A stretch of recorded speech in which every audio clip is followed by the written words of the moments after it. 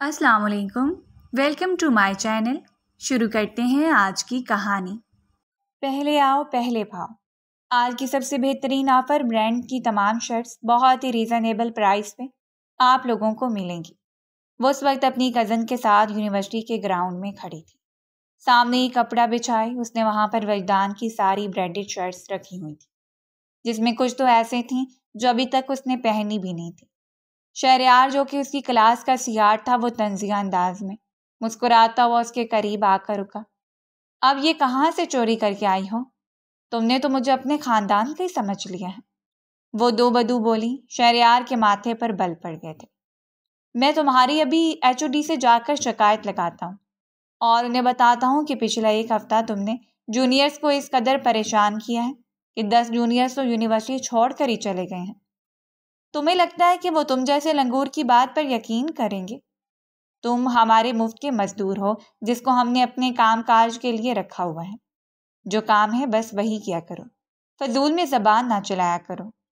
مجھے زبان درازی کرنے والے مردوں سے شدید چڑ ہے، وہ اپنے ماتھے کو مسلتی ہوئی ڈرامائی انداز میں بولی تھی۔ تم سے تو بات کرنا ہی فضول ہے۔ ہاں، مجھے بھی کوئی شوق نہیں ہے تم جیسے گھٹیا انسان سے بات کرنے کا۔ یہ کہہ کر وہ دوبارہ سے اپنے کام میں مصروف ہو گئی تھی۔ اس کے پہلو میں ہی اس کی بیسٹ فرینڈ ماریا کھڑی تھی۔ یار، یہ تو تمہارا کزن ہے نا؟ یہ سن کر اس نے جلدی سے اس کے لبوں پر ہاتھ رکھا۔ کیا کر رہی ہو؟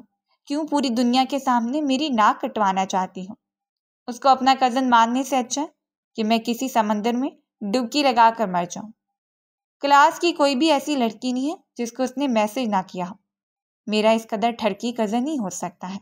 وہ کانوں کو ہاتھ لگاتے ہوئے بولتے ہوئے اس وقت بہت ہی کیوٹ لگ رہی تھی۔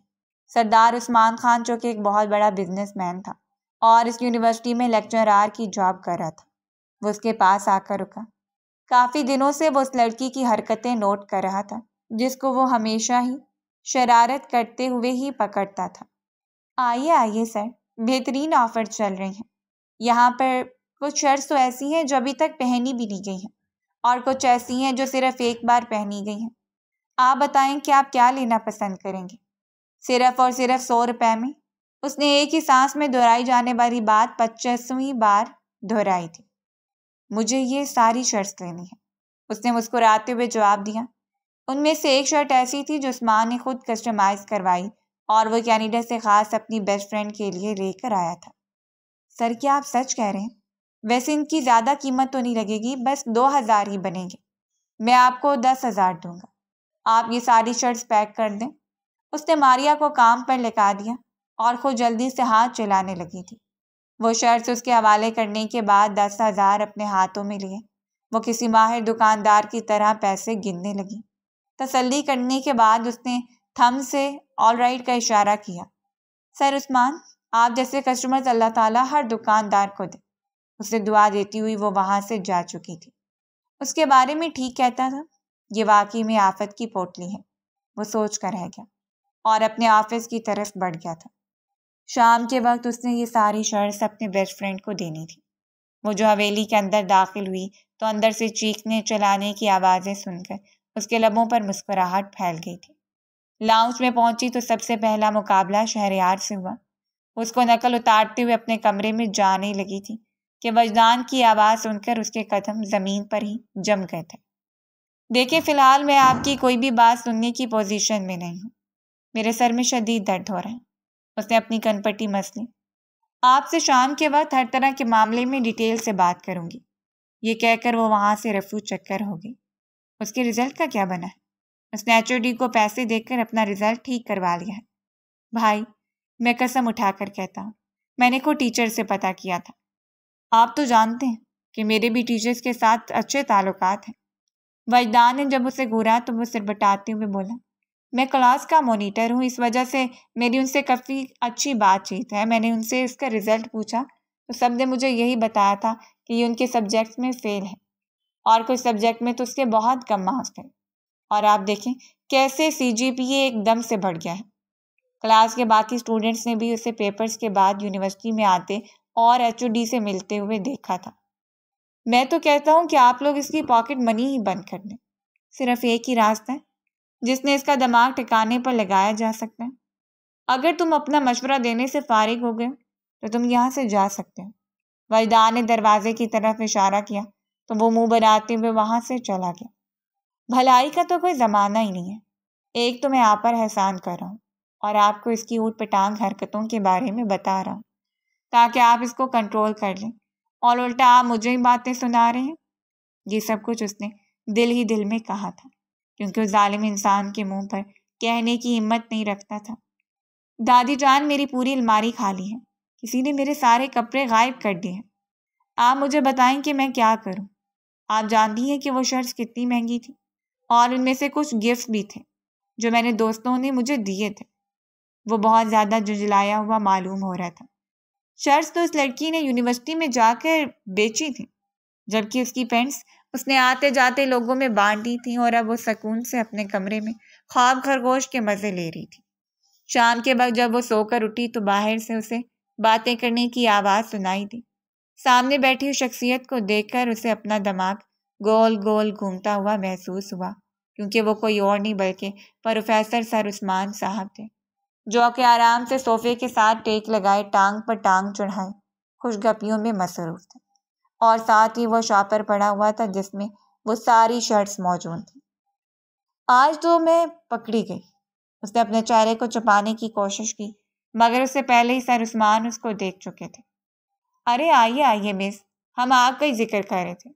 میں آپ کے کزن کو بتا رہا تھا کہ آپ ماشاءاللہ بہت ہی ٹیلنٹڈ ہیں، لیکن مسئلہ یہ ہے کہ آپ اپنا ٹیلنٹ ہمیشہ غلط کام میں ضائع کر دیتی ہیں۔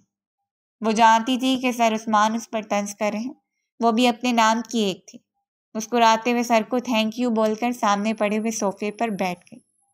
وہ اس کی اسی ہمت پر عش کر اٹھا تھا۔ تم یہاں سے جاؤ، میں تم سے بعد میں اس بارے میں ڈیٹیل سے بات کروں گا، وہ دانت پیستے ہوئے بولا۔ جس کسی کے حوالے میری پینٹس کی ہیں ان کو ابھی کال کر کے میری پینٹس واپس منگوا لو، ورنہ مجھ سے برا کوئی بھی نہیں ہوگا۔ وہ اس کو منہ چڑھاتی ہوئی وہاں سے چلی گئی تھی۔ اندر ہی اندر وہ بہت زیادہ ڈری بھی ہوئی تھی، کیونکہ 2 دن پہلے ہی اس نے دادا جان سے گاڑی مڑی لے جانے کی پرمیشن مانگی تھی، اور اب اسے یقین تھا کہ اس کے سارے پلانز کینسل ہونے والے ہیں اور اس کی تمام فرمائشیں مسترد ہونے والی ہیں۔ میں نے تو یہ شرٹ دیکھی، اس لیے پہچان کیا کیونکہ یہ میں نے خود کسٹمائز کروائی تھی، اور مجھے پتا تھا کہ یہ تیرے لیے کتنی خاص ہے۔ میں نے اسی وجہ سے یہ ساری خرید لی، اور دوسرا اللہ کا شکر تھا کہ تم نے مجھے یہ بھی بتا دیا تھا کہ وہ تمہاری کزن ہے۔ یہ کہہ کر عثمان پھر سے آگے کو ہو کر بیٹھ گیا تھا۔ تھوڑی دیر کے بعد ملازمہ اس کے لیے کافی لے کر آئی تھی۔ اب عثمان نے پہلا سپ بھی بھرا تھا کہ اسے کھانسی شروع ہو گئی تھی، کیونکہ کافی میں بھر بھر کر مرچیں ڈالی گئی تھیں۔ تم ٹھیک تو ہو عثمان؟ وہ نے کافی میز پر رکھ دی۔ ہاں میں ٹھیک ہوں، اور اپنے آپ کو نارمل کرنے کی کوشش کی۔ کیا ہوا ہے؟ کیا آپ کو کوئی مسئلہ ہے؟ نہیں، کوئی مسئلہ نہیں ہے۔ وہ اس لڑکی کی وجہ سے اپنے دوست کو شرمندہ نہیں کرنا چاہتا تھا، لیکن ایک بات کا تو اسے بھی اندازہ ہو گیا تھا کہ اب اس لڑکی سے اس کی دشمنی آفیشلی طور پر سٹارٹ ہو گئی ہے۔ کہاں پر جا رہی ہو؟ واپس آؤ۔ رات کے وقت وہ حویلی سے باہر نکل رہی تھی کہ وجدان کی بات سن کر اس کے قدم زمین پر ہی جم گئے تھے۔ ارے آپ یہاں پر؟ مجھے لگا تھا کہ آپ سو گئے ہوں گے، اس نے اپنے ہاتھ اپنی ہڈی چھپاتے ہوئے کہا تھا۔ سردی کی وجہ سے اس کی ناک لال ہو رہی تھی۔ تم سے پوچھا ہے کہ کہاں پر جا رہی ہو؟ ماموں جان کے گھر جا رہی تھی، سامنے ہی ان کا گھر ہے۔ اب کیا وہاں پر جانے میں بھی پابندی ہے؟ گھر پر کوئی بھی نہیں ہے، ماموں اور ممانی شادی پر گئے ہوئے ہیں۔ میں جانتی ہوں، میں ارسلان سے ملنے کے لیے جا رہی ہوں۔ تمہارے اس سر میں دماغ نام کی کوئی چیز ہے یا نہیں؟ وہ گھر میں اکیلا ہے، اور تم کیسے ایک اکیلے مرد کے پاس جا سکتی ہو؟ توبہ توبہ، کس طرح کی باتیں کریں؟ میں نے تو سوچا بھی نہیں تھا کہ آپ کا دماغ اس قدر گندا ہو سکتا ہے۔ بکواس بند کرو ابھی، اور اسی وقت اپنے کمرے میں جاؤ، ورنہ اگلے پورے ہفتے کے لیے تمہیں تمہارے کمرے میں بند کر دوں گا۔ دھمکیاں دینے کے علاوہ آپ میرا اور بگاڑ بھی کہہ سکتے ہیں۔ پاؤں پٹکتی ہوئی وہ اندر تو چلی گئی تھی، مگر تھوڑی دیر کے بعد اسے ارسلان کی کال آئی تھی۔ یار ہم سب کزنس یہاں پر جمع ہیں، لوڈو کی گیم چل رہی ہے، تم میرے ساتھ نہیں ہو، اسی وجہ سے میں بار بار آ رہا ہوں۔ تم ہوتی تو چیٹنگ کر کے جیت جاتا، قسم سے ہم بہت زیادہ انجوائے کر رہے ہیں، تم نے مس کر دیا ہے۔ یہ سن کر اسے مزید داغ لگ گئی تھی۔ وہ کسی طرح سے وہاں سے اڑ کر اسلان کے گھر پہنچنا چاہتی تھی۔ اس نے کیوں کہا تھا کہ وہ اکیلا ہے؟ اس کو باقی کزنوں کی موجودگی کے بارے میں بھی تو بتا سکتی تھی، مگر ہائے یہ یادداشت، اس کی کمزور یادداشت ہی ہر بار ہی اس کو پھنسا دیتی تھی۔ اس نے دیکھا کہ محترم وجدان صاحب اس وقت لان میں چہل قدمی کر رہے تھے۔ ان کے لبوں پر مسکراہٹ پھیلی ہوئی تھی۔ وہ کسی سے فون پر مصروف تھے۔ پتہ نہیں کتنی گرل فرینڈز پھنسا کر بیٹھا ہوگا۔ خود جو مرضی کریں، اپنے گریمان میں مجال ہے جو یہ شخص جھانک لے۔ اس کا زور ہمیشہ مجھ معصوم پر ہی چلتا۔ اپنی بہن کو تو اس نے امریکہ پڑھنے کے لیے بھیجا ہوا ہے، اس پر کوئی پابندی نہیں لگاتا۔ میں محلے میں چلی جاؤں تو اس کے تن بدن پر آگ لگ جاتی ہے۔ اس سے زیادہ دوگلا انسان میں نے اپنی ساری زندگی میں نہیں دیکھا ہے۔ میں بھی آپ اپنی منمانی ہی کروں گی۔ میں کیوں کسی پرائی مرد کی بات مانوں؟ اگر اسلان میرے لیے غیر ہے تو یہ کون سا میرا اپنا ہے؟ اس نے وہیں پر کھڑے ہو کر ایک اور پکار ارادہ کیا تھا اور اب وہ حویلی کے پچھلے حصے سے باہر نکلی تھی۔ وہاں پر گہری خاموشی پھیلی ہوئی تھی۔ دور دور تک کسی کا بھی کوئی نام و نشان نہیں تھا کہ بھونکنے کی آواز سن کر ہو کر اپنی جگہ پر اتر پڑی، لیکن خدا کا شکر تھا کہ کتا آس پاس نہیں تھا بلکہ یہ آواز دور سے آ رہی تھی۔ اب آئے گا مزہ، اب یہ انسان مجھے نہیں پکڑ سکتا۔ دھیمے انداز میں مسکراتی وہ وہاں سے باہر چلی گئی تھی۔ اس سے پہلے کہ وہ مزید ایک قدم اٹھاتی، جانی پہچانی مردانہ آواز سن کر وہ بری طرح سے بدمزہ ہوئی تھی، کیونکہ وہاں پر کوئی اور نہیں بلکہ شہریار کھڑا تھا۔ اپنے چشمے کو ٹھیک کرتا ہوا وہ غصے سے بولا، میں ابھی بھائی کو جا کر تمہارے بارے میں بتاتا ہوں۔ جاؤ جا کر بتاؤ، مجھے فرق نہیں پڑتا ہے، لیکن ایک بات یاد رکھنا کہ جب میں نے تمہاری گرل فرینڈ کی لسٹ ان کے سامنے جا کر رکھی تو مجھے یقین ہے کہ تم دوبارہ اس حویلی میں ایک قدم رکھنے کے قابل نہیں رہ پاؤ گے۔ یہ سن کر اس کے چہرے کی ہوائیاں اڑ گئی تھیں۔ وہ اس کے سامنے جا کر کھڑا ہو گیا تھا۔ اب کیا مسئلہ ہے تمہیں؟ کیوں عذاب بن کر سر پر سوار ہو گیا؟ وہ میں تم سے ایک ضروری بات کرنا چاہتا تھا، وہ اکلاتے ہوئے بولا۔ فرماؤ، میں سن رہی ہوں۔ محترم، اگر تو تمہیں یہ لگ رہا ہے کہ میں تم سے خوفزدہ ہو جاؤں گی تو یہ وہم اپنے دل سے نکال دینا، کیونکہ میں اپنی اماں ابا کے علاوہ کسی اور سے نہیں ڈرتی ہوں۔ نہیں، میں تمہیں یہ کہنا چاہتا تھا کہ تم مجھے اپنے ساتھ شامل کر لو۔ میں بھی تمہاری طرح بننا چاہتا ہوں۔ وہ اس کی ہی ایج کا تھا، دونوں 21 سال کے تھے، مگر وہ تھوڑا سا ڈرپوک قسم کا بھی تھا اور اپنی زندگی کو ٹھیک طرح سے انجوائے بھی نہیں کر پا رہا تھا، جبکہ اس کے مقابلے میں وہ کھل کر اپنی زندگی جی رہی تھی۔ اوہو، میرے کانوں نے کچھ غلط تو نہیں سن لیا؟ وہ اپنے کانوں کو اس کی جانب ہلکا سا جھکاتے ہوئے بولی تھی۔ میرا مذاق بنانے کی ضرورت نہیں ہے، میں سچ کہہ رہا ہوں۔ میں ابھی زندگی سے بہت زیادہ بور ہو گیا ہوں، اور جہاں تک اس جلاد کا سوال ہے، میں بھی اس ہٹلر سے بدلہ لینا چاہتا ہوں، کیونکہ وہ ہٹلر بھی بلا وجہ مجھے ذلیل کرتا رہتا ہے۔ اس کے بس میں ہو وہ تو مجھے دھکے دے کر یہاں سے باہر پھینک دے۔ ویسے اگر سچ کہوں تو میرے بس میں ہو میں بھی یہی کروں گی۔ تم کہاں پر جا رہی ہو؟ کیا میں بھی تمہارے ساتھ چل سکتا ہوں؟ اگر تو تم نے میرے سے دوستی کرنے کا فیصلہ کیا ہے تو ٹھیک ہے، میں تم پر اعتبار کرنے کے لیے تیار ہوں۔ بدلے میں چاہوں گی کہ تم بھی مجھ پر اعتبار کرو۔ ہم لوگوں میں ٹرسٹ اور لائلٹی ہمیشہ قائم رہنا چاہیے۔ جس دن مجھے یہ پتہ چلا کہ تم میری پیٹھ پر خنجر گھونپنے کی پلاننگ کر رہے ہو یا پھر خنجر گھونپنے والے ہو، اس دن وہی خنجر میں تمہارے سینے میں گھونپ دوں گی۔ اس کو گھوٹتے ہوئے خونخوار لہجے میں بولی تھی۔ ایک لمحے کے لیے تو شہریار کا دل تیزی سے دھڑکا تھا۔ وہ اس کے ساتھ اسی حویلی میں داخل ہو گیا تھا۔ تھوڑی سی دیر کے بعد اس نے وجدان کو کال ملا دی تھی کہ یہاں پر صرف وہ اکیلی نہیں ہے بلکہ باقی کزنس بھی موجود ہیں، جو سب گھر والوں کی غیر موجودگی میں عیاشیاں کر رہے ہیں۔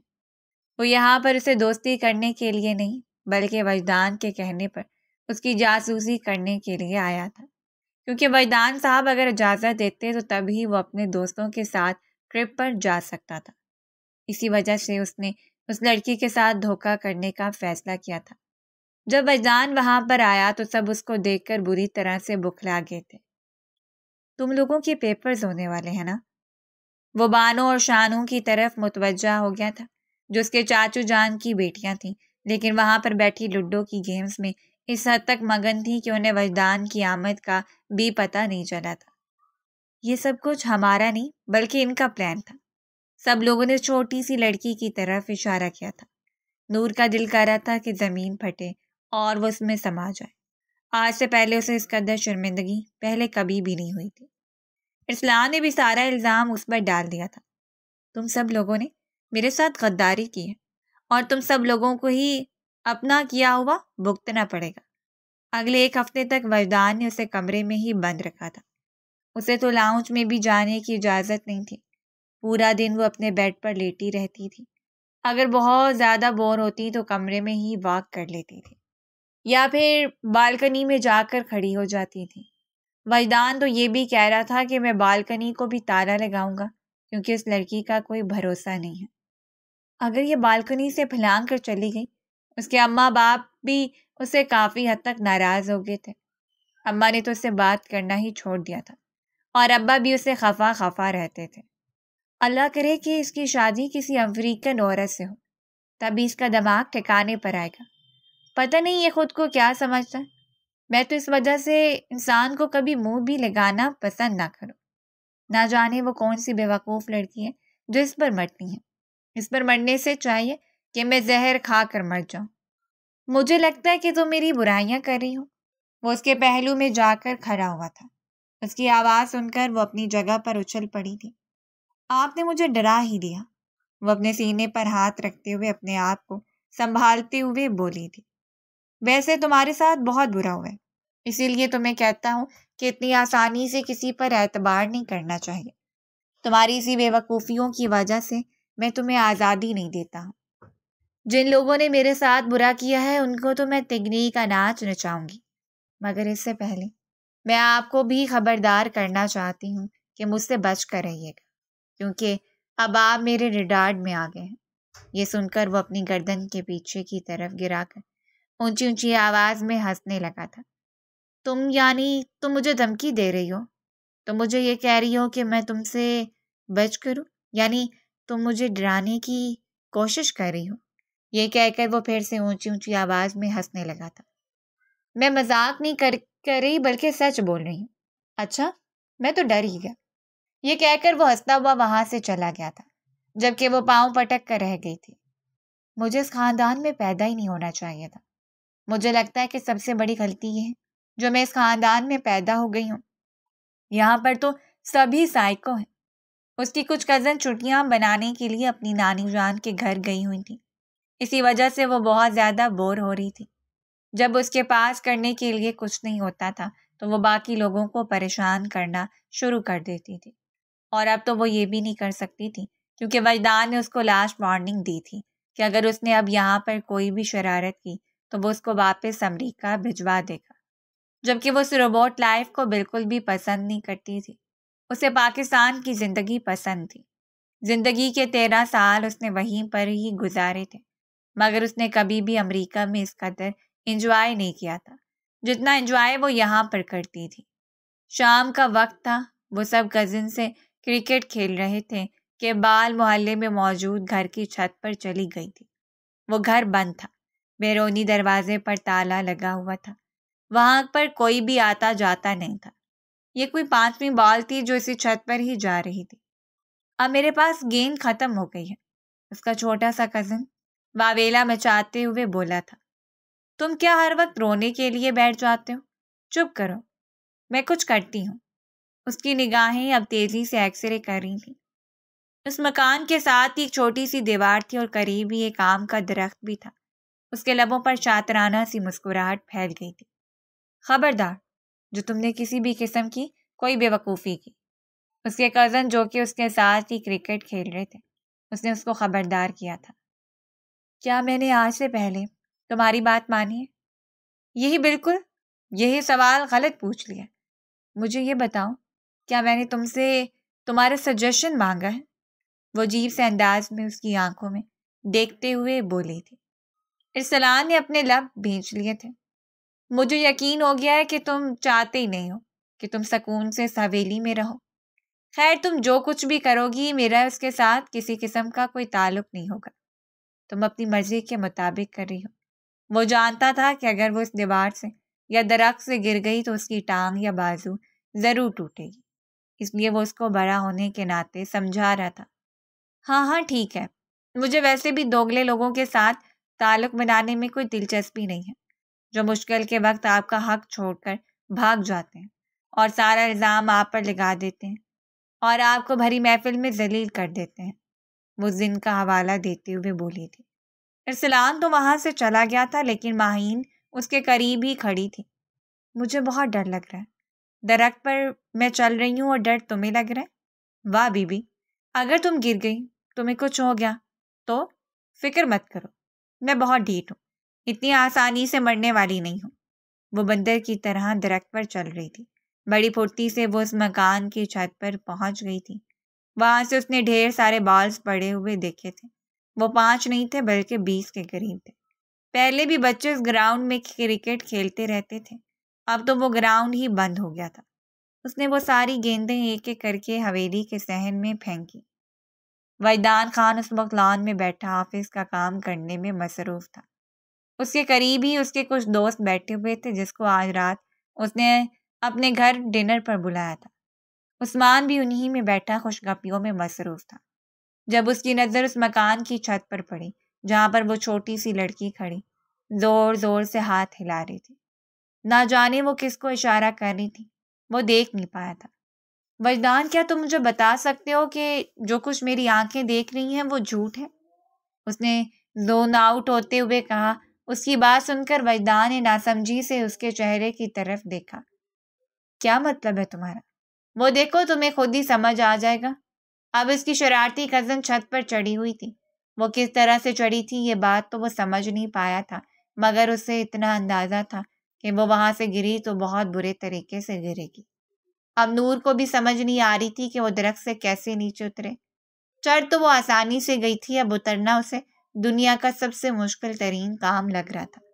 اس سے پہلے کہ وجدان وہاں پر پہنچتا، نور کی چیخوں کی آوازیں ہر طرف گونج رہی تھی۔ وہ زور سے زمین پر گری تھی، اس کے لیے بازو ہلانا مشکل ہو گیا تھا۔ آنسو تھے جو اس کے چہرے کو تر کر چکے تھے۔ وجدان اس کو ڈانٹنا چاہتا تھا، مگر اس کی حالت دیکھ کر اس کو فوراً سے اپنے بازوؤں میں اٹھایا اور گاڑی میں بٹھا کر اسپتال لے کر گیا تھا۔ اس کے بازو میں فریکچر آ گیا تھا، اس کے بازو پر پلاسٹر لگا تھا۔ میڈیکل پروسیجر سے فری ہونے کے بعد وہ جب اس کو اپنے ساتھ حویلی میں لے کر آئے تو دادا جان بے چینی سے اس کی طرف بڑھے تھے۔ نورے کی چہرے پر بھی ہلکی ہلکی خراشوں کے نشانات ہوتے ہیں۔ یہ دیکھ کر اس کے دادی جان نے رونا شروع کر دیا تھا۔ ارے دادی جان، کیا ہو گیا آپ کو؟ میں بالکل ٹھیک ہوں، وہ اپنی امی سے نگاہیں چراتے ہوئے بول رہی تھی جو اس کو غصے سے گھورے جا رہی تھی۔ باقی سب لوگوں کے ساتھ ساتھ اسے اپنی امی جان کو بھی منانا تھا۔ دیر تک وہ اپنی امی کی منتیں کرتی رہی تھی اور پھر اینڈ پر اس کی ماں نے اس کو گلے سے لگا کر اسے ڈھیر ساری شکایتیں کی تھیں۔ ادھر محترمہ کی بازو ٹوٹتی تھی اور ادھر حویلی میں سکون ہی سکون ہو گیا تھا۔ اب نہ تو اس کے چیخنے چلانے کی آوازیں سنائی دیتی تھیں اور نہ ہی کسی اور کی بے بسی میں ڈوبی ہوئی دیتی تھی، کیونکہ اب محترمہ پورا دن اپنے کمرے میں ہی پڑی رہتی تھی۔ وہ چاہتی تھی کہ اس کے بازو جلد از جلد ٹھیک ہو جائے، کیونکہ آگے عاطف اسلم کا کانسرٹ آ رہا تھا۔ اس کانسرٹ پر جانا اس کے لیے بہت اہم تھا۔ وہ پچھلے 3 سالوں سے انتظار کر رہی تھی، وہ اس کانسرٹ کو کسی بھی صورت مس نہیں کر سکتی تھی۔ اس دوران وجدان بھی اپنے ایک پروجیکٹ کے سلسلے میں ملک سے باہر چلا گیا تھا، لیکن وہ روز نور کا حال پوچھتا تھا۔ اس کا پلاسٹر اتر گیا تھا، اس کا بازو اب کافی حد تک بہتر بھی ہو چکی تھی۔ پچھلے 1 ہفتے سے اس نے ایک ہی بیجی دل لگائی ہوئی تھی کہ وہ عاطف اسلم کے کانسرٹ پر کراچی جائے گی۔ دادا جان نے تو سختی سے منع کر دیا تھا، کیونکہ پہلے بھی وہ اس کی بہت سی باتیں مان چکے تھے اور ہر باری انہوں نے نقصان اٹھایا تھا۔ فی الحال وہ اس کی کوئی بھی بات ماننے کی پوزیشن میں نہیں تھے۔ اگر آپ لوگوں نے میری بات نہیں مانی تو میں یہاں سے بھاگ جاؤں گی۔ تم اس گھر سے قدم باہر نکال کے دکھاؤ۔ اگر میں نے تمہاری ٹانگیں نہ توڑی۔ اس کی ماں اس کو مارنے کے لیے آگے بڑھی تو دادا جان نے ہاتھ اٹھا کر انہیں رکنے کا اشارہ کیا تھا۔ ایک صورت پر تمہیں یہاں سے جانے کی اجازت ملے گی۔ وہ غور سے اس کے چہرے کے تاثرات کو دیکھ رہے تھے جیسے اندازہ لگانے کی کوشش کر رہی ہوں کہ اس کے دل میں کیا چل رہا ہے۔ میں آپ کی ہر طرح کی شرط ماننے کے لیے تیار ہوں۔ سوچ لو، میں نے سوچ لیا۔ عاطف اسلم سے بڑھ کر مجھے اور کوئی بھی عزیز نہیں ہے، اور نہ ہی عزیز ہو سکتا ہے۔ شرم نام کی تو چیز ہی نہیں ہے اس لڑکی میں۔ اس کی ماں نے ایک بار پھر سے جوتے پر ہاتھ رکھا تھا، جس کو دیکھ کر وہ فوراً سے زیادہ جان کے پاس جا کر چھپ گئی تھی۔ یہاں سے جانے سے پہلے تمہیں نکاح کرنا ہوگا۔ کیا مطلب ہے؟ آپ کو اب کیا کانسرٹ پر جانے کے لیے مجھے پہلے شادی کرنی ہوگی؟ وہ حیرانگی کا اظہار کرتے ہوئے بولی۔ زبان درازی مت کیا کرو، تمہیں 1000 بار سمجھایا ہے میں نے۔ بوڑھوں سے اس لہجے میں بات نہیں کرتے۔ اماں جان، سیریس معاملہ چل رہا ہے، پہلے مجھے یہ تو پتہ چلے کہ کس انسان سے آپ میرا نکاح کروانا چاہتے ہیں۔ کون ہے وہ خوش قسمت شخص جو میری زندگی میں شامل ہونے والا ہے؟ وہ دل ہی دل میں ہنس بھی رہی تھی اور مذاق بھی اڑا رہی تھی۔ اس کو لگ رہا تھا کہ وہ اس کے ساتھ شغل لگا رہے ہیں، لیکن جب اس شخص کا نام سنا تو سارا شغل ہوا ہو گیا۔ مطلب آپ لوگ یہ کہہ رہے ہیں کہ اگر مجھے عاطف اسلم کے کانسرٹ پر جانا ہے تو اس سے پہلے مجھے اس ہٹلر کے ساتھ شادی کرنی ہوگی۔ شادی تو تمہیں ہر حال میں کرنی ہوگی، اور ہٹلر کے ساتھ ہی۔ دادا کے منہ سے اپنے لیے ہٹلر کا لفظ نکلتا ہوا دیکھ کر وہ پہلو بدل کر رہ گیا تھا۔ دادا جان، آپ کو تو ایسا نہیں کہنا چاہیے تھا، اس نے دل ہی دل میں سوچا۔ اس نے یہ بھی ارادہ کر لیا تھا کہ اب وہ اس لڑکی کا دماغ اپنی جگہ پر واپس لے آئے اور کچھ ہی دنوں میں اسے تیر کی طرح سیدھا کر دے گا۔ تم کانسرٹ پر جاؤ یا نہیں یہ تمہارا مسئلہ ہے، نکاح تو ہر حال میں ہوگا۔ تمہاری منگنی بچپن میں ہی اس کے ساتھ ہو گئی تھی۔ خدا کا خوف کریں دادا جان، وہ مجھ سے عمر میں 8 سال بڑا ہے، میں تمہاری دادی سے 10 سال بڑا ہوں۔ دادا جان نے فوراً اس کا یہ معاملہ بھی حل کر دیا تھا۔ آپ کی تو بات ہی اور ہے، وہ منمناتے ہوئے بولی تھی، لیکن یہاں پر کوئی بھی اس کی منمناہٹ سننے کے لیے تیار نہیں تھا۔ وہ غصے سے پاؤں پٹکتی ہوئی کمرے کے اندر داخل ہوئی تھی۔ حویلی والوں نے واقعی اس بار اس کے سر پر ایک بہت بڑا بم پھوڑا تھا۔ اس ہٹلر کی بہن کو مسکراتا ہوا دیکھ کر وہ کہنے لگی، تمہیں پتا تھا نا اس بارے میں؟ کس بارے میں بات کر رہی ہیں آپ؟ زیادہ معصوم رہنے کی ضرورت نہیں ہے، میں جانتی ہوں کہ تم کتنی بڑی میسنی ہو۔ اس کو گھونٹتے ہوئے بولی، میں نے شام کے وقت دادا جان کو دادی جان سے بات کرتے ہوئے سنا تھا، تو کیا تم مجھے اس بارے میں بتا نہیں سکتی تھی؟ اگر میں بتا دیتی تو آپ کیا کر لیتی؟ الٹا آپ ایک بہت بڑا تماشا لگا کے اور بات ٹھیک ہونے کی بجائے مزید خراب ہو جاتے۔ تو ابھی کون سا سب کچھ ٹھیک ہو گیا ہے؟ وہ انسان تو مجھ سے چن چن کر بدلے لے گا، اس نے تو مجھے کہیں کا بھی نہیں رہنے دیا۔ یا میرے اللہ، صرف تو ہی ہے جو مجھے اس ہٹلر سے بچا سکتا ہے۔ ویسے آپ میرے بھائی کو جتنا برا سمجھتے ہیں وہ اتنے برے بھی نہیں ہیں، وہ دل کے بہت اچھے ہیں۔ آپ ایک بار ان کو… تم چپ کر جاؤ، اپنے بھائی کے چمچے، جب بھی دیکھو اس کی حمایت میں بولتی رہتی ہو، جیسے جانتی نہیں ہو کہ کتنا بڑا خروس انسان ہے۔ کیا تم نے کبھی اس شخص کو مسکراتے ہوئے دیکھا؟ جی، ایک دن جب آپ شہریار سے کسی بات پر بحث کر رہی تھی تو وہ آپ کو دیکھ کر مسکرا رہے تھے، ان کی مسکراہٹ بہت خوبصورت تھی۔ تمہیں لگتا ہے کہ میں تمہاری ان چکنی چپڑی باتوں میں پھنس جاؤں گی؟ مجھے پتہ ہے کہ وہ شخص مجھ سے نفرت کرتا ہے، یہ آپ کا وہم ہے اور کچھ بھی نہیں۔ آپ ان کو ایک موقع دیکھ کر دیکھیں، وہ آپ کو مایوس نہیں کریں گے۔ میں نے ان کو کوئی موقع دینا ہی نہیں ہے۔ میں کل صبح اس حویلی سے فرار ہو رہی ہوں، میں اپنی پھپھو جان کے گھر پر جا رہی ہوں۔ اس راز کے بارے میں صرف ہم دونوں کو ہی معلوم ہے، کسی تیسرے کو اس کی خبر نہیں ہونی چاہیے، ورنہ میں تم سے اپنا ہر تعلق ختم کر لوں گی۔ حویلی کے سب بڑے لوگ دیر تک بیٹھک میں بیٹھے رہے تھے اور اسی معاملے پر بحث ہوتی رہی تھی۔ وردان جب حویلی کے اندر داخل ہوا تو دادا جان نے اسے بتایا کہ نکاح کے لیے تیار ہو جاؤ، کل دوپہر کے وقت تم دونوں کا نکاح کروایا جائے گا۔ کل جمعے کا دن تھا اور دادا جان کو اس دن سے مناسبت اور کچھ دن نہیں لگا تھا۔ آپ کو لگتا ہے کہ یہ سب کچھ ٹھیک رہے گا؟ مجھے 100% یقین ہے کہ تم لوگوں کی شادی سب سے زیادہ کامیاب ہو جائے گی، دادا شرارتی انداز میں مسکراتے ہوئے بولے تھے، جبکہ وہ سر جھٹکتا ہوا کمرے میں چلا گیا تھا۔ صبح فجر کے وقت وہ بہت ہی محتاط انداز میں حویلی کے دروازے سے باہر نکلنے لگی تھی کہ کسی نے اس کا بازو پکڑ کر زور سے اسے واپس اندر کھینچ لیا تھا۔ بندہ بھاگنے کا وقت تو کوئی ڈھنگ کا ڈیسائیڈ کرتا ہے۔ اس وقت جب سب لوگ جاگ رہے ہیں، دادی جان فجر کی نماز پڑھ کر باہر چہل قدمی کرنے کے لیے آ رہی ہیں، تو تم یہاں سے بھاگنے کا سوچ رہی ہو۔ تم سے زیادہ بے وقوف لڑکی میں نے اپنی ساری زندگی میں نہیں دیکھی ہے۔ خیر کوئی بات نہیں، مجھ سے شادی ہوگی تو عقل مندی خود بخود ہی تمہارے دماغ میں بسیرا کر لے گی۔ میں آپ سے شادی نہیں کروں گی۔ ضروری نہیں ہے کہ ہر انسان کی تمام خواہشات پوری ہو جائیں۔ وہ تم نے سنا نہیں ہے کہ سب کو سب کچھ نہیں ملتا ہے۔ چلو جلدی سے اچھے بچوں کی طرح اندر جاؤ اور اپنی یہ پوٹلی بھی اپنے ساتھ لے کر جاؤ۔ آئی بڑی، میں تمہیں بھگاتا ہوں یہاں سے۔ وہ اسے ڈانٹتے ہوئے کمرے میں بھیج چکا تھا۔ کمرے میں جا کر اس نے پھوٹ پھوٹ کر رونا شروع کر دیا تھا۔ دوپہر تک وہ روتی رہی تھی۔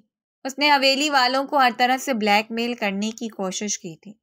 اماں جان کے سامنے وہ مسلسل ایک ہی بات کر رہی تھی کہ مجھے بتا ہی دیں آپ نے مجھے کس کچرے کے ڈھیر سے اٹھایا تھا، کیونکہ جو سلوک آپ میرے ساتھ کر رہے ہیں اس سے صاف واضح ہو رہے ہیں کہ میں آپ کی سگی اولاد نہیں ہوں۔ اگر میں آپ کی سگی بیٹی ہوتی تو آپ لوگ کبھی بھی مجھ پر یہ ظلم نہیں کرتے۔ اس کی اماں جان نے آخر میں جھنجھلاتے ہوئے اس کے سامنے ہاتھ جوڑ دیے تھے۔ بس کر جاؤ، باز آ جاؤ، اب خدا کا واسطہ ہے، پہلے ہمارا بہت تماشا بنا چکی ہو، ہمارا مزید تماشا مت بناؤ۔ میں تو شکر ادا کر رہی ہوں کہ وجدان تم سے شادی کرنے کے لیے تیار ہو گیا۔ اگر وہ انکار کر دیتا تو تمہیں کون قبول کرتا؟ میں اتنی بھی گئی گزری نہیں ہوں، وہ احتجاج کرتے ہوئے بولی تھی۔ اور جہاں تک آپ کے اس بھتیجے کا سوال ہے تو میں اسے سنا تیار ہوں۔ کیا فائدہ ایسے حسن کا جب سر میں دماغ نام کی کوئی چیز ہی نہیں ہے؟ اس کی اماں نے جل بن کر جواب دیا تھا۔ عورت کو عقل مند ہونا چاہیے، باشعور ہونا چاہیے، سب سے بڑھ کر یہ کہ اس کو سمجھدار ہونا چاہیے۔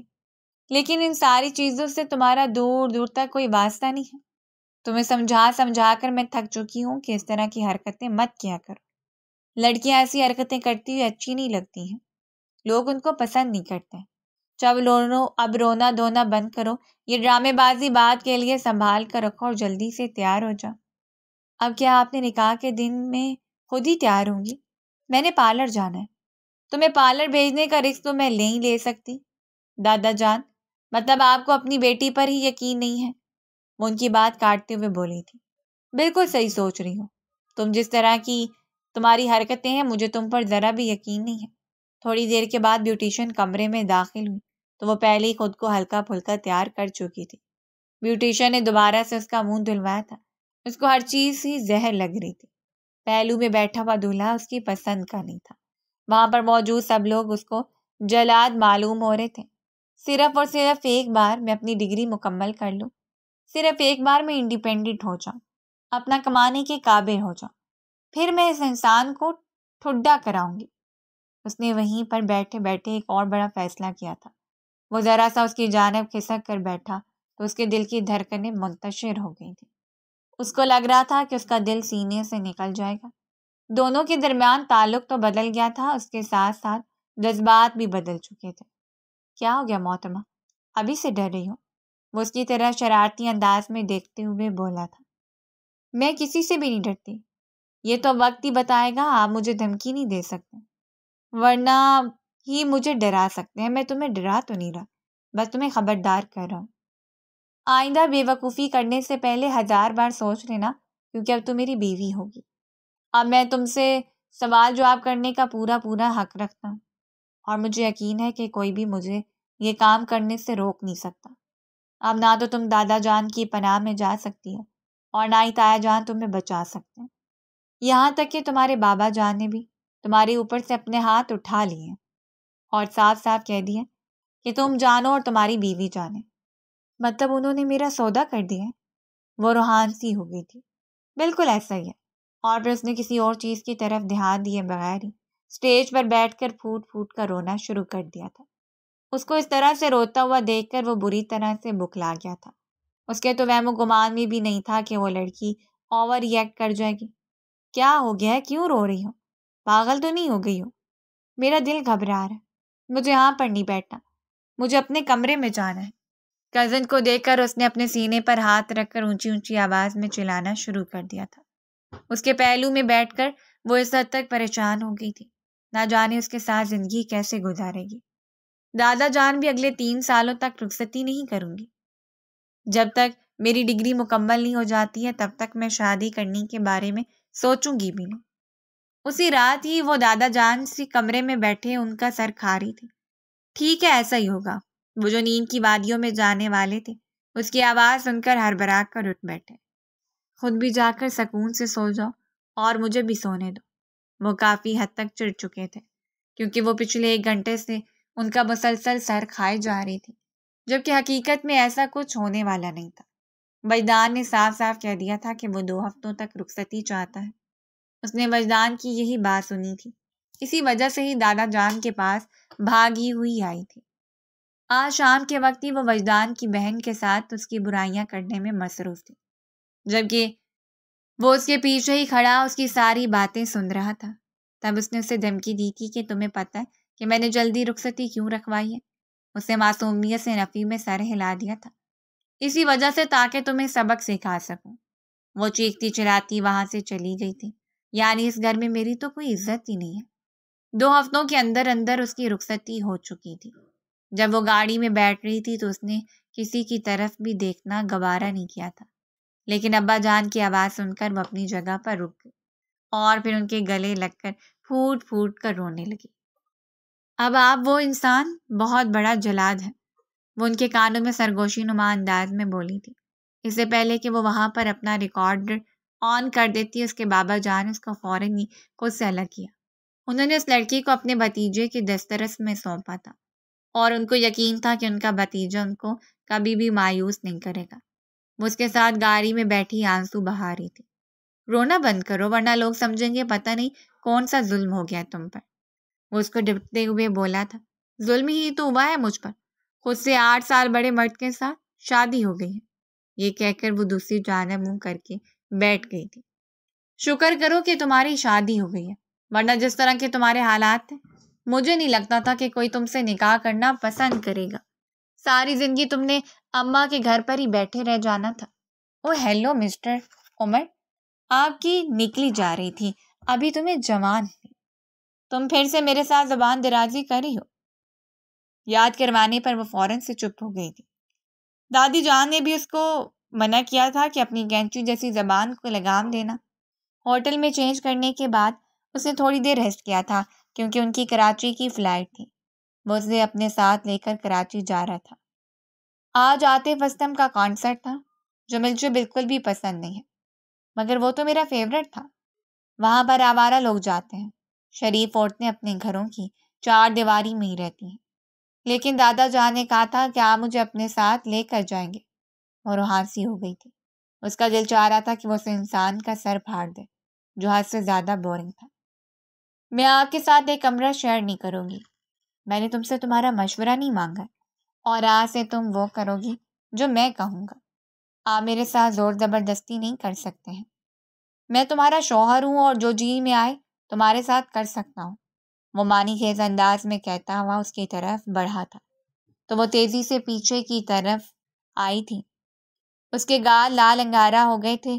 وہ اس کا شوہر تھا، اس بات پر غور کر کے وہ بری طرح سے ڈسٹرب ہو گئی تھی۔ پتہ نہیں کون سی منحوس بھری گھڑی تھی جب میں نے نکاح کے لیے ہاں کر دیا تھا۔ اگر نکاح کے دن ہی انکار کر دیتی تو زیادہ سے زیادہ بے عزتی ہو جاتی، کم سے کم اس مصیبت میں پھنسنے سے تو بچ جاتی۔ دادے جان نے اپنے پوتے کو بہت سی ہدایات کی تھیں، جس میں سب سے پہلی ہدایت یہ تھی کہ تم نے کام کرنے کے لیے ایک نوکرانی رکھوانی ہے۔ اس نے جو پہلے سے نوکرانی موجود تھی اسے بھی نکلوا دیا تھا۔ صبح جب اس نے اس لڑکی کو ناشتہ بنانے کے لیے بولا تو وہ آنکھیں پھیلائی اس کو گھورنے لگی۔ مجھے ناشتہ بنانا نہیں آتا ہے۔ کوئی بات نہیں، میں سمجھ سکتا ہوں، جب تک انسان کو یہ کام نہ کرے تب تک وہ اسے کیسے آ سکتا ہے۔ تم جب بناتی رہو گی تو سیکھ جاؤ گی۔ چلو شاباش، یوٹیوب اوپن کرو، کورین ڈرامہ دیکھنے کے علاوہ کوئی کام کی چیز بھی دیکھ لیا کرو۔ اور پھر محترم نے اسے زبردستی ناشتہ بنایا تھا۔ ناشتے کی حالت دیکھنے والی نہیں تھی، مگر کھانا اس کی مجبوری تھی کیونکہ وہ رزق ضائع نہیں کر سکتا تھا۔ شادی سے 2 دن پہلے اس نے محترم کی شرٹ پریس کرنے سے انکار کر دیا تھا۔ بدلے کے طور پر اس نے اسے اپنے سارے کپڑے پریس کروائے تھے۔ یہاں تک کہ وہ کپڑے بھی دوبارہ سے پریس کروائے تھے جن کی ضرورت ہی نہیں تھی۔ جب بھی وہ اسے اونچی آواز میں بات کرتی تھی تو وہ اسے سزا کے طور پر کھڑا کر دیتا تھا۔ 2 گھنٹوں تک وہ کھڑی رہتی تھی۔ جب اس کی آنکھیں آنسوؤں سے بھیگ جاتی تھیں اور اس کی ٹانگیں جواب دے جاتی تھیں تو وہ اس پر ترس کھا کر اسے بیٹھنے کا اشارہ کرتا تھا۔ اب اس نے اونچی آواز میں چلانا بھی چھوڑ دیا تھا، بلکہ یہ کہا جائے کہ وہ اب کم باتیں کرتی تو اس میں کچھ بھی غلط نہیں ہوگا۔ شہر کے حالات خراب تھے۔ رات کے وقت آئے دن چوریاں ہو گئی تھیں۔ اسٹریٹ کرائم میں بھی بہت زیادہ بڑھ گئے تھے۔ اس نے نور کو سختی سے منع کیا تھا کہ کچھ بھی ہو جائے رات کے وقت انہیں گھر سے باہر نہیں نکلنا، چونکہ اسے آنے میں کافی دیر ہو جاتی تھی اور آج کل وہ اپنے ایک امپورٹنٹ پروجیکٹ کی وجہ سے بھی بزی تھا۔ ان کے ایریا میں کوئی خطرہ تو نہیں تھا، مگر اس کے باوجود وہ نہیں چاہتا تھا کہ کسی قسم کا کوئی رسک لے۔ نور کافی حد تک سدھر گئی تھی۔ اب وہ پہلی کی طرح اسے بدتمیزی نہیں کرتی تھی، نہ ہی اسے بحث کرتی تھی، بلکہ وہ جو کچھ بھی کہتا تھا خاموشی سے مان لیتی تھی۔ گھر کے کام کاج میں بھی اس نے دلچسپی لینا شروع کر دی تھے۔ وہ اسے اپنے ساتھ بزنس میٹنگ پر لے کر گیا تھا، جہاں پر موجود عورتوں کو دیکھ کر وہ ایک لمحے کے لیے تو گڑبڑا گئی تھی اور کافی زیادہ انسیکیور محسوس کر رہی تھی، کیونکہ وہ بڑے بڑے گھرانوں سے تعلق رکھتی تھی۔ نور کسی معمولی گھرانے سے تعلق نہیں رکھتی تھی، مگر اس کے پاس وہ تعلیم نہیں تھی اور نہ ہی وہ کانفیڈنس تھا جو ان عورتوں کے پاس تھا۔ وجدان نے جب اس کو کنفیوز دیکھا تو اس کے پہلو میں جا کر کھڑا ہو گیا، اس کا ہاتھ مضبوطی سے پکڑا، آنکھوں ہی آنکھوں میں اسے پرسکون ہونے کا اشارہ کیا۔ وہاں پر موجود اپنے سب بزنس پارٹنرز اس نے نور کو متعارف کروایا تھا، اور اس کے لہجے میں نہ تو حقارت تھی اور نہ ہی نفرت تھی، بلکہ وہ بہت ہی خوشی سے سب سے اس کو انٹروڈیوس کروا رہا تھا۔ آپ نے تو کہا تھا کہ آپ مجھے اس طرح کی پارٹیز میں لے کر نہیں جائیں گے کیونکہ آپ کو شرمندگی ہوتی ہے۔ واپسی پر وہ گاڑی میں بیٹھی اس سے سوال کر رہی تھی۔ ہاں، سوچا تو میں نے ایسا ہی تھا، مگر پھر بعد میں نے اپنا ارادہ تبدیل کر لیا تھا کیونکہ اب تم کافی حد تک اچھی بچی بن گئی ہو۔ اس کی ناک کھینچتے ہوئے بولا تو وہ چلا کر رہ گئی تھی۔ وہ پہلے وجدان سے نفرت کرتی تھی، مگر اب وہ آہستہ آہستہ اس کے قریب ہونے لگی تھی۔ جس طرح سے وہ اس کا خیال رکھتا تھا، اسے چھوٹی چھوٹی چیزیں سمجھاتا تھا، غلطی ہونے پر اسے سزا ضرور دیتا تھا، مگر پھر بعد میں کسی نہ کسی طریقے سے اسے سزا کا اثر زائل کرنے کی کوشش کرتا تھا۔ وہ چھوٹی بچی نہیں تھی جو اس کی ایفرٹس کو سمجھ نہ پاتی، جانتی تھی کہ وہ اس سے محبت کرتا ہے اور اس کی ذات میں بہت حد تک انٹرسٹڈ بھی ہے۔ وہ خود بھی وجدان سے محبت کرنے لگی تھی، لیکن وہ بہت زیادہ جذباتی تھی اور حضرت سے زیادہ بے وقوف بھی تھی۔ اس کی عمر کا تقاضا تھا، شاید اس عمر میں سب لڑکیاں ایسی ہوتی ہیں۔ 2 دنوں سے وہ وجدان کو کسی سے فون پر بات کرتے ہوئے سن رہی تھی۔ ایک دن اس نے اس لڑکی کی آواز سنی تو اس کے تن بدن پر آگ لگ گئی۔ اب اس کو کئی طرح کے خیالات پریشان کرنے لگے تھے کہ وجدان اس کے قریب نہیں آتا ہے۔ شاید اس کی یہ وجہ تو نہیں کہ وہ اس عورت کی ذات میں انٹرسٹڈ ہے۔ وجدان دیکھ رہا تھا کہ وہ اب اسے کھینچے کھینچے رہنے لگی ہے۔ وہ پہلے کی طرح اسے بات نہیں کرتی ہے۔ ایک دن جب اس نے اس سے پوچھا تو وہ واویلا مچاتے ہوئے بولی، آپ کو میری کہاں پرواہ ہوگی؟ آپ کے آس پاس بہت سی خوبصورت عورتیں موجود ہیں جن کی ذات میں آپ اس حد تک انٹرسٹڈ ہو گئے ہیں کہ آپ کو اپنی بیوی کی یاد ہی نہیں رہتی ہے۔ اس نے نروٹھے پن کا اظہار کرتے ہوئے کہا تھا۔ یہ سن کر نہ چاہتے ہوئے بھی وجدان کے لبوں پر مسکراہٹ پھیل گئی تھی۔ مجھے جلنے کی بو آ رہی ہے۔ مجھے ایسا کیوں محسوس ہو رہا ہے کہ لوگ مجھ سے جل رہے ہیں؟ میں کسی سے بھی جلتی ولتی نہیں ہوں۔ میں نے تو تمہاری بات ہی نہیں کی۔ میں دادا جان سے آپ کی شکایت لگاؤں گی۔ میں ان کو بتاؤں گی کہ آپ نہ تو میرے پاس آتے ہیں، نہ ہی مجھ سے پیار سے بات کرتے ہیں، نہ ہی وہ اس کے قریب ہو گیا تھا۔ دونوں میں صرف چند انچ کا ہی فاصلہ تھا۔ اس کے آنسوؤں کی تپش اپنے چہرے پر محسوس کر رہی تھی۔ مجھے تو لگتا تھا کہ میری بیگم صاحبہ ابھی بہت چھوٹی ہیں۔ اس کے چہرے پر انگلیوں کے پوروں سے اپنا لمس چھوڑتا ہوا بولا۔ وہ تیزی سے پیچھے کی طرف کھسکی تھی۔ ابھی تم خود ہی شکایت کر رہی تھی کہ تمہارا شوہر تمہارے پاس نہیں آتا ہے۔ اب جب وہ تمہارے پاس آنے کی کوشش کر رہا ہے تو تم خود اس کو دور کر رہی ہو۔ یہ کہاں کا انصاف ہوا؟ وہ چھوٹے بچوں کی طرح منہ بناتے ہوئے بولا تھا۔ مجھے ایسا شوہر نہیں چاہیے جو سائرہ نام کی لڑکی کی ذات میں انٹرسٹڈ ہے۔ جو ہر وقت اسی سے ہی فون پر باتیں کرتا رہتا ہے، جس کو سائرہ کے علاوہ کچھ اور نظر ہی نہیں آتا۔ یہ کہہ کر اس نے رونا شروع کر دیا تھا۔ میں نے فیصلہ کر لیا کہ میں اب آپ کے پاس نہیں رہوں گی۔ میں اب حویلی واپس جاؤں گی اور وہاں پر جا کر سب لوگوں کو آپ کی حقیقت کے بارے میں بتاؤں گی۔ مجھے آپ سے محبت ہی نہیں کرنی چاہیے، پھر غلطی میری ہے، بلکہ مجھے تو آپ سے شادی ہی نہیں کرنی چاہیے تھی۔ جذبات میں آ کر اس نے اپنے دل کا حال بیان کر دیا تھا۔ وجدان جو کچھ سننا چاہتا تھا وہ تو نور بول ہی چکی تھی، اب اس کی سنانے کی باری تھی۔ میری ماں، کوئی بھی فیصلہ کرنے سے پہلے تھوڑا سا اس پر غور کیا کرو۔ اگر تمہیں غور کرنا اچھا نہیں لگتا تو اس انسان سے بات کر لیا کرو جس کے لیے تمہارے دل میں بدگمانی ہوتی ہے۔ یہ کہہ کر وہ اس کی طرف بڑھا تو وہ پیچھے کی طرف کھس گئی۔ خبردار جو آپ میرے پاس آئے، میں بھی تمہارے سامنے سائرہ کو کال ملاتا ہوں۔ جیسے اس نے سائرہ کو کال ملائی تو دوسری طرف سے اس کی چاہتی ہوئی آواز سنائی دی۔ السلام علیکم بھائی، کیسے ہیں آپ؟ میں ابھی آپ کو یاد کرنی تھی۔ پہلے بھیا کہتی ہیں اور پھر بعد میں سیاں بنا لیتی ہیں۔ خدا کا واسطہ یہ میرے ہاتھ دیکھو، یہ میری رضائی بہن ہے۔ اب کی بار وہ باقاعدہ اس کے سامنے ہاتھ جوڑتے ہوئے بولا تھا۔ یہ سن کر اس نے اپنی زبان اپنے دانتوں میں دبا لی تھی۔ وہ جانتی تھی کہ اس کی رضائی بہن بھی ہے جو کہ کراچی میں رہتی ہے، لیکن اس کا نام اس کے ذہن سے نکل گیا تھا۔ مجھے ابھی بھی آپ پر یقین نہیں، میں پہلے تائی جان سے کنفرم کرنا چاہتی ہوں۔ اس نے وجدان کے سامنے تائی جان کو کال ملائی تھی، اس کی رضائی بہن کا نام پوچھا تھا، اس کا حلیہ پوچھا تھا، اور پھر اس کی تصویر دیکھنے کے بعد اس کا دل میں سکون آیا تھا۔ یعنی اب تمہاری غلط فہمی دور ہو گئی؟